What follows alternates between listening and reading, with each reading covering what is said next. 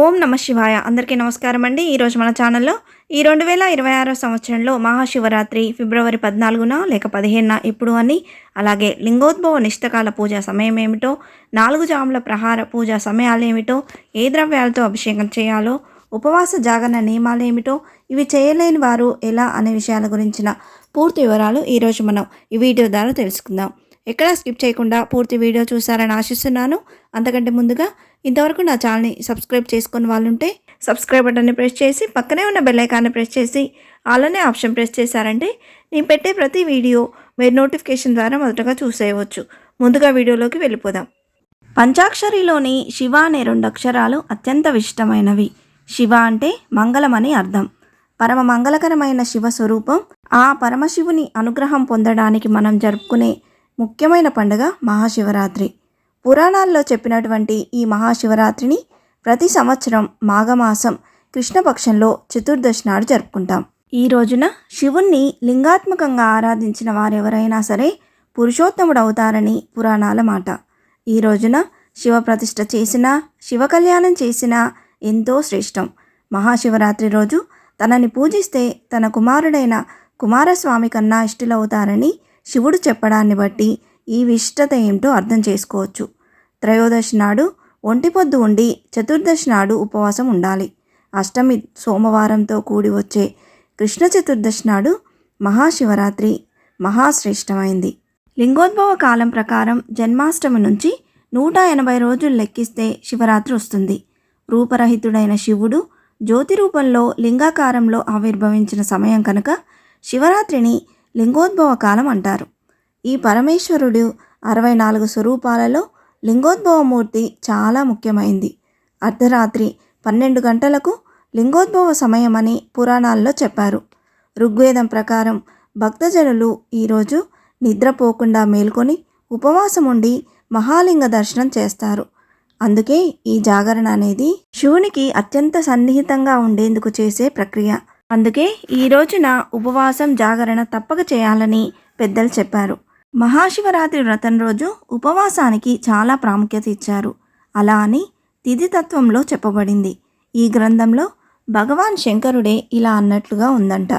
మీరు స్నానం చేసినా, మంచి వస్త్రాలు ధరించినా, ధూపాలు వెలిగించినా, పూజ చేసినా, పుష్పాలంకరణ చేసినా, వీటన్నిటికంటే కూడా ఎవరైతే ఉపవాసం చేయగలరో వారంటేనే ఇష్టమని శివుడు చెప్పాడని ఆ గ్రంథంలో ఉందని పెద్దలు చెప్పారు.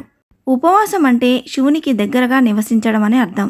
వ్రతం చేసే వారి ఇష్టదైవం దగ్గర ఉండటమే ఉపవాసం. మహాశివరాత్రి వ్రతంలో జాగరణ అత్యంత ముఖ్యమైంది. వ్రతానికి యోగ్యమైన కాలం రాత్రి. ఎందుకంటే రాత్రిపూట భూతశక్తులు శివుడు తిరిగే సమయం అన్నమాట. శివరాత్రికి లింగోద్భవ కాలం అని కూడా పేరు. ఆ రోజు అర్ధరాత్రి జ్యోతిర్మయమైన ఒక మహాలింగంగా శివుడు ఆవిర్భవించాడు. పరమశివుడు లోకానికి తన స్వరూప దర్శనం చేయించి జగత్తంతా దేదీప్యమానం చేసిన ఆ సమయంలో మనం నిద్రపోవడంలో అర్థం లేదు. అందుకే శివరాత్రి జాగరణకు అంత ప్రాధాన్యం. ఆ రోజు అభిషేకాదులతో శివుణ్ణి పూజించి ఉపవాసం ఉండి రోజంతా శివనామ స్మరణతో గడపడంలోని ఉద్దేశం మన తనువును మనస్సును కూడా శివార్పితం శివాంకితం చేయడానికే. ఈ రోజున 4 ప్రహార సమయాల్లో చేసే పూజ అత్యంత ఇష్టమైంది. ఆ పూజా సమయాలేమిటో, ఏ తేదీన ఈ మహాశివరాత్రి వచ్చిందో ఇప్పుడు తెలుసుకుందాం. స్వస్తి శ్రీ చాంద్రమానేన శ్రీ విశ్వావసు నామ సంవత్సరం మాఘమాసం బహుళ చతుర్దశి తిథి అనేది 2026 సంవత్సరం ఫిబ్రవరి 14 శనివారం పగలు 3:49 నుండి ఫిబ్రవరి 15 ఆదివారం సాయంత్రం 5:03 వరకు ఈ త్రయోదశి తిథి అనేది ఉన్నదండి.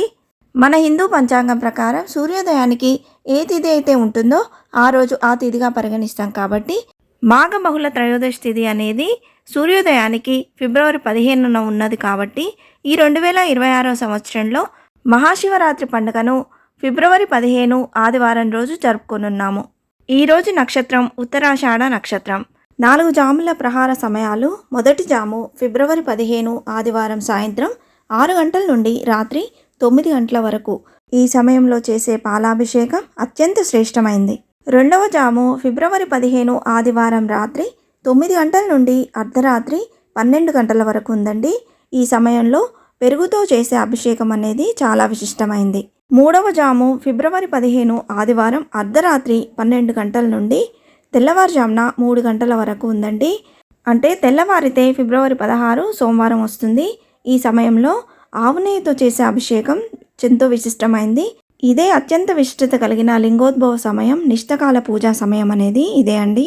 నాలుగవ జాము ఫిబ్రవరి 16 సోమవారం తెల్లవారుజామున 3 గంటల నుండి ఉదయం 6 గంటల వరకు ఉందండి. ఈ సమయంలో తేనెతో అభిషేకం చేస్తే ఎంతో శ్రేష్టం. ఉపవాస జాగరణ విరమణ సమయం అనేది ఫిబ్రవరి 16 సోమవారం ఉదయం 6 గంటల 42 నిమిషంల లోపుగా పూజ ముగించుకొని ఉపవాస జాగరణను విరమించుకోవచ్చండి.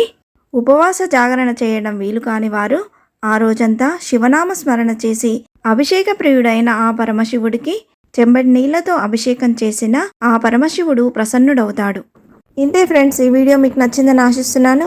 ఇలాంటి ఇంట్రెస్టింగ్ వీడియోస్ కోసం please subscribe my channel and press the bell icon. అలాగే లైక్ చేయండి, షేర్ చేయండి.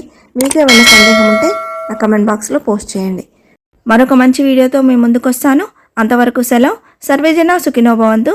స్వస్తి.